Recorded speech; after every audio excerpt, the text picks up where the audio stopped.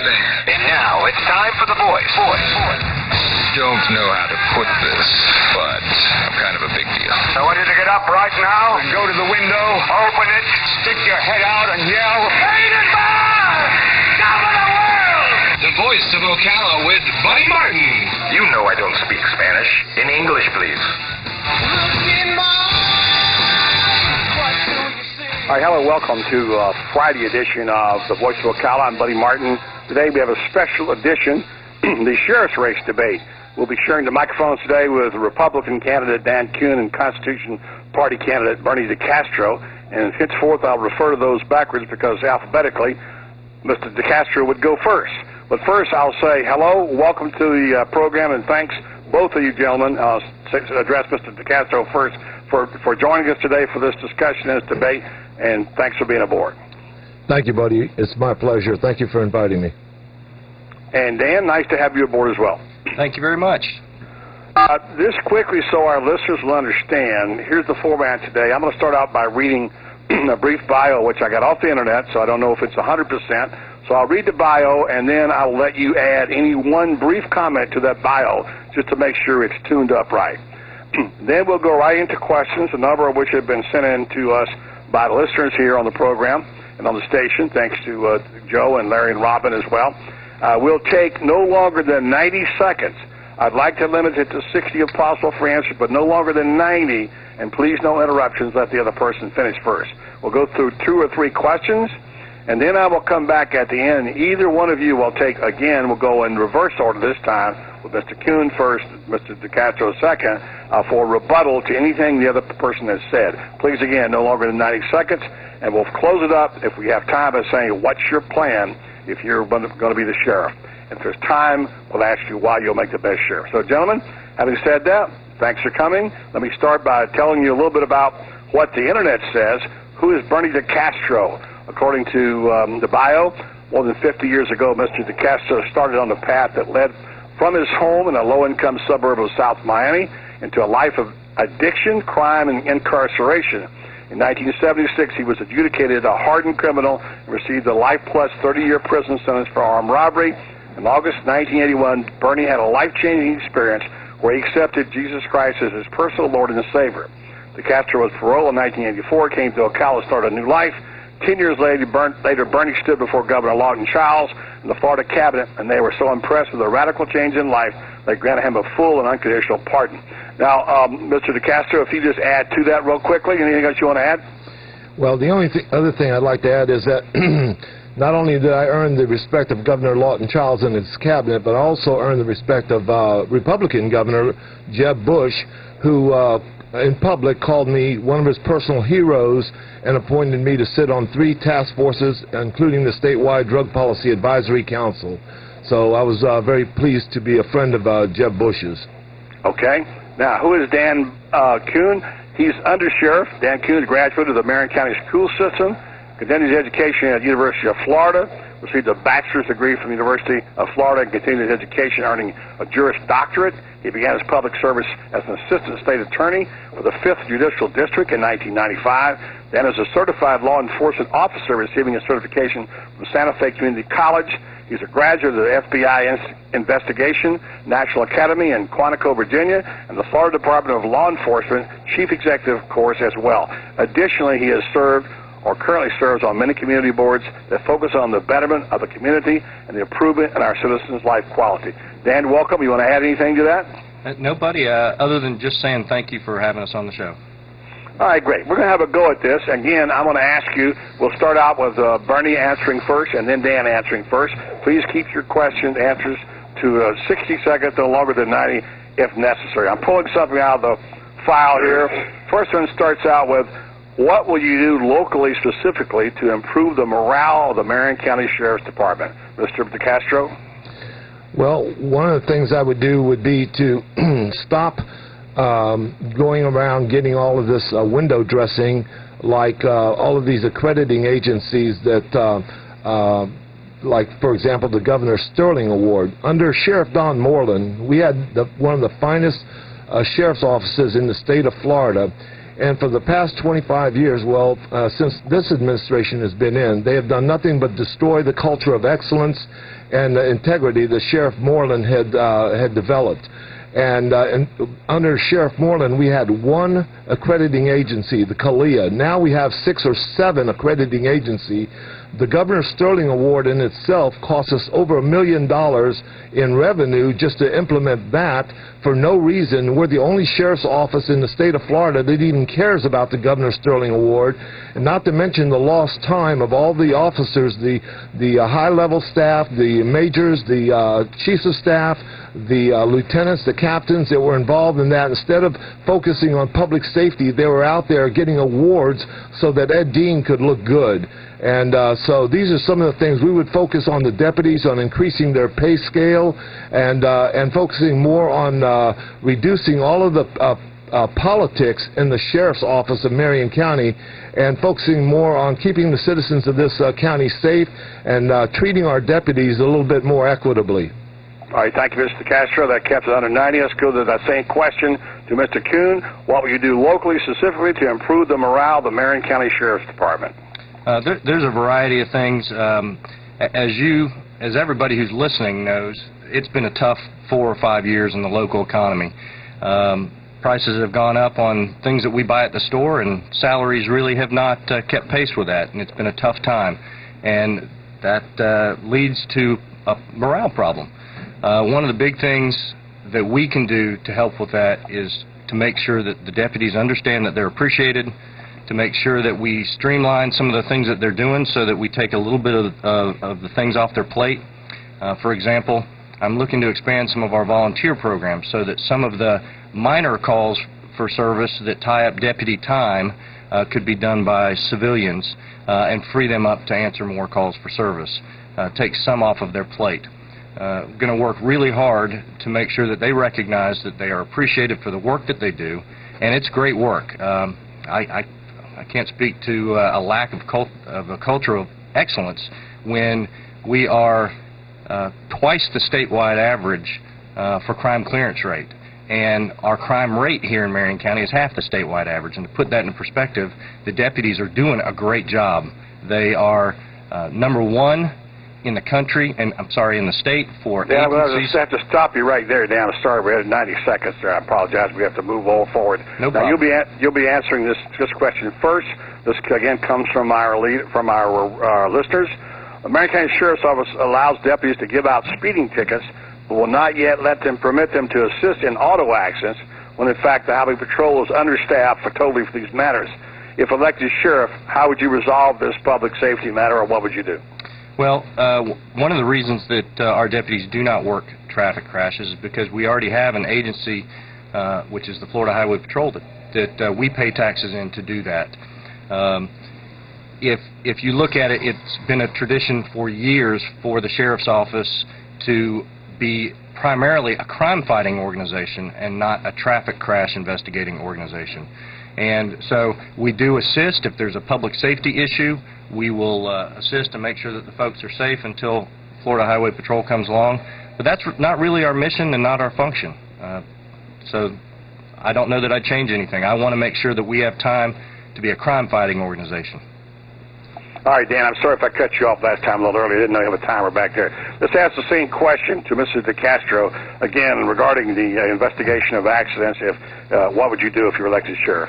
Well, that's one of the areas where Dan and I differ. I would definitely change the policy on that, because not to the detriment of crime fighting, but I think that there are too many instances. I know of a couple right offhand where there are accidents and people are left by the wayside, people are hurting.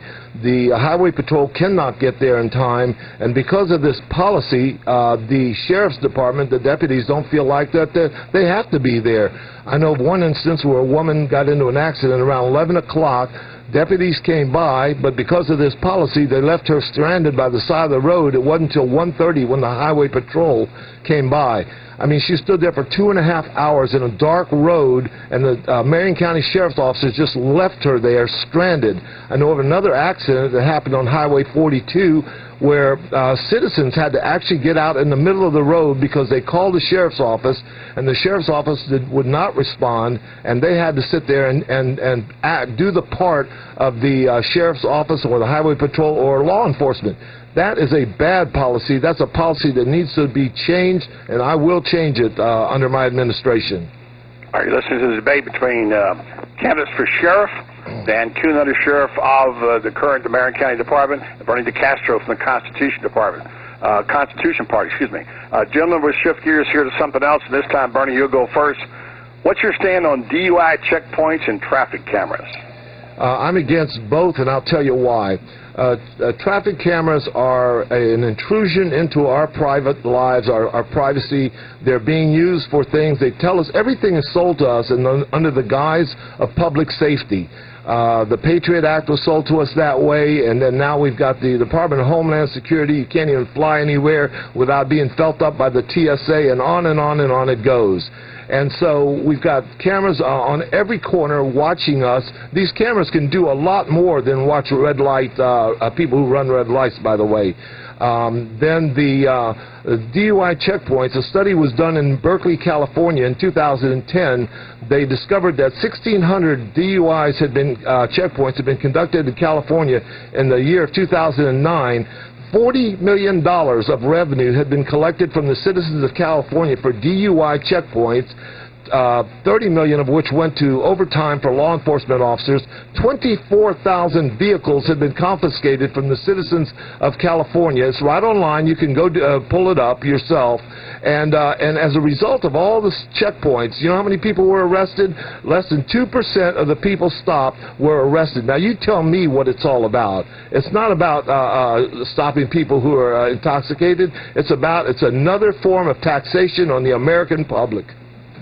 All right, Mr. Kuhn, if you respond to that. Certainly. We've had several opportunities to have traffic cameras. It's been pitched to us. Currently only the city of Denellen utilizes them, and it's nowhere on the horizon for us. But I will tell you, red light running is a danger, and frankly, we do not have enough deputies, nor does the city of Ocala have enough people to sit at every street light and try and make sure that people don't run red lights. And that's what its intent is. It's not intended to be a revenue producer. I will tell you this, DUI checkpoints, we don't make any money off of them. The only money we make off of any citations goes into training. It's a few dollars per ticket that we can utilize for training, but nothing for overhead. So I'm not sure how they do it out in California, but in Florida, that's not how it's done. I'm for anything that will protect the citizens. And if we advertise in the public that we're going to have a DUI checkpoint, if it causes some people to think twice about drinking and driving, then we've done our job. All right, Mr. Kuhn. Let's go to the issue of speed and neighborhoods. What will you do to improve the speed limits and enforcement of the speed limits in neighborhoods? You mean actual law enforcement, or to change the speed limits? Both. I think probably both. Well, the speed limits are set by either state law or by county commission, depending on the circumstances. We already have a traffic unit that we put in place whenever we have issues or complaints from citizens. We do our very best to target those by sending the traffic unit to those areas to slow people down. I do agree that there are a lot of people that take advantage of our roadways, and aggressive driving and fast driving and drunk driving needs to be stopped, and I can tell you that is a priority for us. Mr. DeCastro? I agree with it would be a priority for me as well. We don't want people speeding, and especially in neighborhoods where you've got 35 miles an hour and you got people doing 50. We don't want that. We want to do everything we can to stop that. Unfortunately, people are going to do things that they want to do. We're going to do everything we can to make sure that is not happening. So, but on another note, I'd just like to add that before we get too far into this, that this whole race between Dan and I is about leadership. That's really what it boils down to. And when questioned about leadership during the forums, leadership and his personal achievements, Dan would always say, "It's not about me." Well, I beg to differ with Dan. It is about him. He's asking the citizens of Marion County for their vote and for their trust, and it is about him or me, which one is the better leader. And I've got 25 years of leadership experience where I started my own organization. Nobody gave me anything. Nobody made me the undersheriff. Nobody did anything for me. I worked hard with perseverance and with leadership skills, and I developed these things. And I want to challenge Dan right now on the air to right, 2 one-hour debates. Mr. DeCastro, yes. This is the wrong spot for that. You get a chance to rebut and comment later on in the show. We're asking. Okay. Right now we're answering questions. All right. Since you did that, I'm going to go ahead and tell Dan he's allowed to respond 30 seconds on what you just said. I'm going to save that to the rebuttal at the end. Dan, go ahead. You get 30 seconds to respond to that part about leadership. Certainly. Well, if he had been paying attention when I talk about it not being about me, it's that when somebody leads an organization, they should do it with a servant's heart. And they shouldn't make everything about themselves. They shouldn't do it with arrogance or pride. They should put the people that work with them and for them ahead of themselves. And so when I say it's not about me, that's exactly what I mean. All right, now I'm going to address this a little differently. I'm going to give you each a personal question here that would relate to you specifically, and the other person doesn't have to respond to it. Let me go back to, well, Dan, since I've got you right now, a lot of people said, including your rival candidate in the last primary, that lawyers could be an asset or a liability. You have a law degree. How do you feel like that helps you in your job as undersheriff and would help you as sheriff? Well, I think sometimes people forget that we are a law enforcement agency, and it's helpful to have somebody that understands the law. You know, as a prosecutor, that's what I did. I took the cases that law enforcement made and did my very best to present them to the judge and jury and have a good resolution to the case. You have to understand what the law says. A big reason is not only to make better cases, but also to protect the public. You want to make sure that you have somebody at the top of the organization that understands the rights that the citizens have and the protections that are in place to protect the citizens. Really, the Bill of Rights was designed not for government, but to protect the citizens from government. And so anytime we have an interpretation of those Bill of Rights, I want to make sure that we're interpreting it in a way that benefits the citizens of Marion County. All right, Mr. DeCastro, you had a very impressive performance before the legislature and the governor. You have quite a story about how you earned your pardon. Tell us how you got that pardon, and also respond to people who wonder, since he was pardoned, how would he face hardened criminals? Would he be lenient on them? Is that a question to me? Would I be lenient? Yeah, that would be number one. How did you earn your pardon? What did you do to get that? That was the question from a listener. And then how would this pardon affect you in terms of your own decisions about hardened criminals that you have to arrest and put in jail? All right. The way you get a pardon is you petition the governor and the cabinet after 10 years of a perfect, flawless record, which I did that from 1984 to 1994. How it would affect my performance and with prisoners, I'm the warden of a prison, a scaled-down prison, 132-bed prison. That's what I do for a living. I work with offenders every day. In the last year, we've had over 800 people cycle through our system and go back out into the streets, and are now living, as the majority of them, as law-abiding, productive citizens. As far as the people who want to continue to break the law, I send them back to prison just about every day in my organization. If they can't live by the rules that we have at our reentry center, they go back to prison. I don't play any games. Listen, it's all about public safety. It's about keeping the public safe. I don't have any bleeding heart, believe me. So, you know, anybody that thinks that I do, just come down to our center. I invite you to come down, take a look around, see what we do. But we send them back all the time. They go back to prison if they can't live by the rules. All right, we're listening to a debate between the Republican nominee, Dan Kuhn, and the Constitution Party nominee, Marion DeCastro, here on the Voice of WOCA, 1370 AM, 96.7 FM. One general kind of off-the-wall question. Then we're going to go to the rebuttal form of this, and then if we have time, we'll give you gentlemen each a chance to tell us why you would be like the best sheriff. All right, first would be Bernie. You'll go first on this one. If federal mandate came down to confiscate all firearms for citizens, would you comply as sheriff? Well, it's not a very off-the-wall question, buddy, when you think about what happened in Louisiana and the Katrina, when the sheriff, the chief of police, and the mayor all conspired to violate everybody in that precinct's constitutional rights.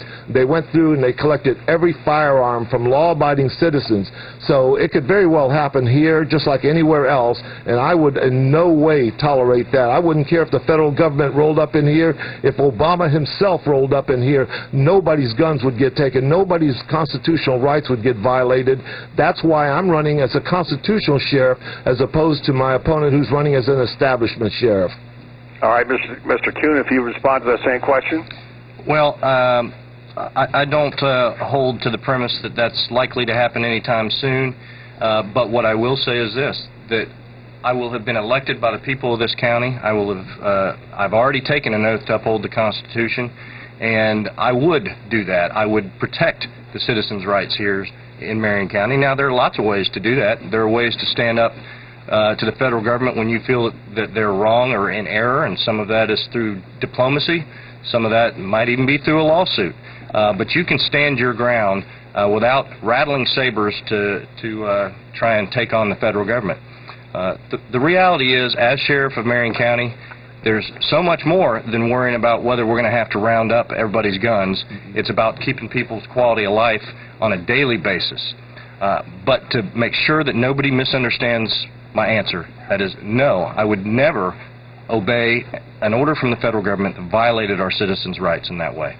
All right, thank you. All right, Jim, this is the rebuttal part of our debate.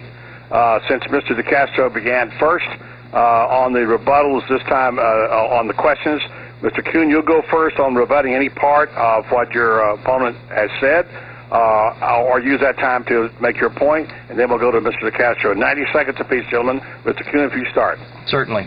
I'd like to just set a couple things straight. I have no idea where $1 million came from for the Governor Sterling Award, but I will say this. We are an accredited agency. We're state and federally accredited in both corrections and law enforcement. We have been recognized as an excellent agency.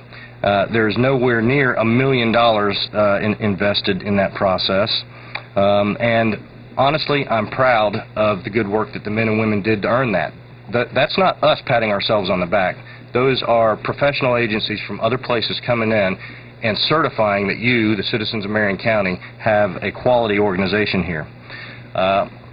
You know, it's easy also on these traffic cases to pull out an isolated incident, but I can tell you our deputies have huge hearts, and if they see somebody in need on the side of the road, they're going to stop and help them. Now, whether they do the traffic crash report or not is a different matter, but we are going to help people on the side of the road. And I would beg to differ. The program that Mr. DeCastro runs is not a prison. It's a reentry program, a halfway house. He doesn't supervise prison guards, or it's not a high security facility like you would have in a sworn facility.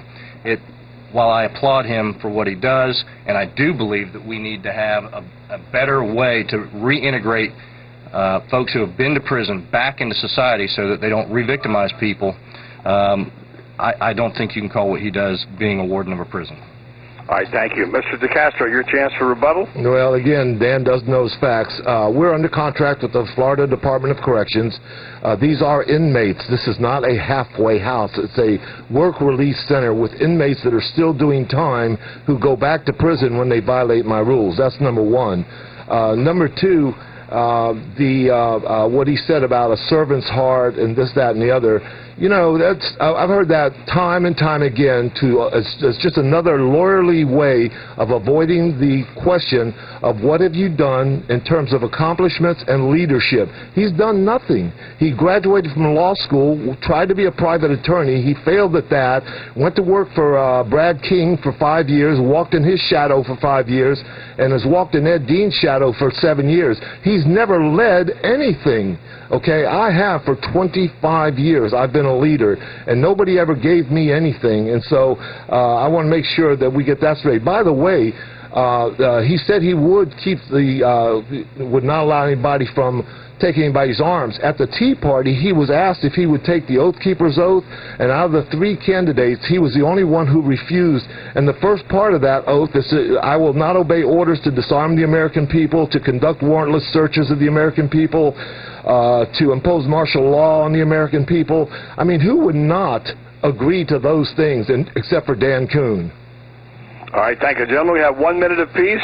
You can tell us why you think you make the best sheriff. Mr. DeCastro, you start first. Thank you, buddy. Again, because I know I have a checkered past, but for the last 28 years I've lived in this county. I've earned the respect of 2 governors. I've earned the respect of spiritual leaders all over the state, from Key West to Pensacola. I've earned the respect of business leaders around town like C.L. Dinkins, Bill Ray, and many, many others who have contributed to my organization. And I've worked hard to accomplish all of these things. I love Marion County. It's a great town. It's a great county. And I'm very concerned. Like I said, Sheriff Don Moreland was a personal friend of mine, and I saw the culture that he worked hard to develop and how it's been so politicized because we've got a lawyer in office, Ed Dean, who all he's concerned about is getting awards from accrediting agencies instead of using that time to protect the citizens of Marion County. I am not about all of that. I'm about keeping the citizens of this county safe, having a good sheriff's office. All right, thank you. We'll go, Mr. Kuhn. You have 1 minute to go ahead and tell us why you think you'll make the best sheriff. Thank you, buddy. You know, it's interesting to come on and have attacks against your person and what you've done, but I've been a leader at every stage. I've been a leader in the community by serving on the board of directors of United Way, and was a campaign chair, and we raised $2 million for the poor in this community. I've been one of the chiefs of staff at the sheriff's office since 2005, helping lead the men and women there, and for the last over a year, I've been the undersheriff, leading the men and women at the Marion County Sheriff's Office. I'm proud of the work that we do there as an organization. I believe that not only am I qualified because of my law degree, I'm also a sworn law enforcement officer. I have attended and completed that, and I've studied at the highest level with the FBI National Academy. I'm ready to serve the people in this community. I care very much about it, and I've illustrated that by how I've produced over the last several years. I'd be honored to be your sheriff. All right, thank you. Thanks, Mr. Kuhn. Thanks, Mr. DeCastro. You've been listening to a debate between candidates for sheriff, Bernie DeCastro of the Constitution Party, Dan Kuhn of the Republican Party, on WOCA, the Source, 1370 AM, 96.7. Coming up next, resume our regular programming with Dr. Kerry Compton right here on the Voice of Ocala.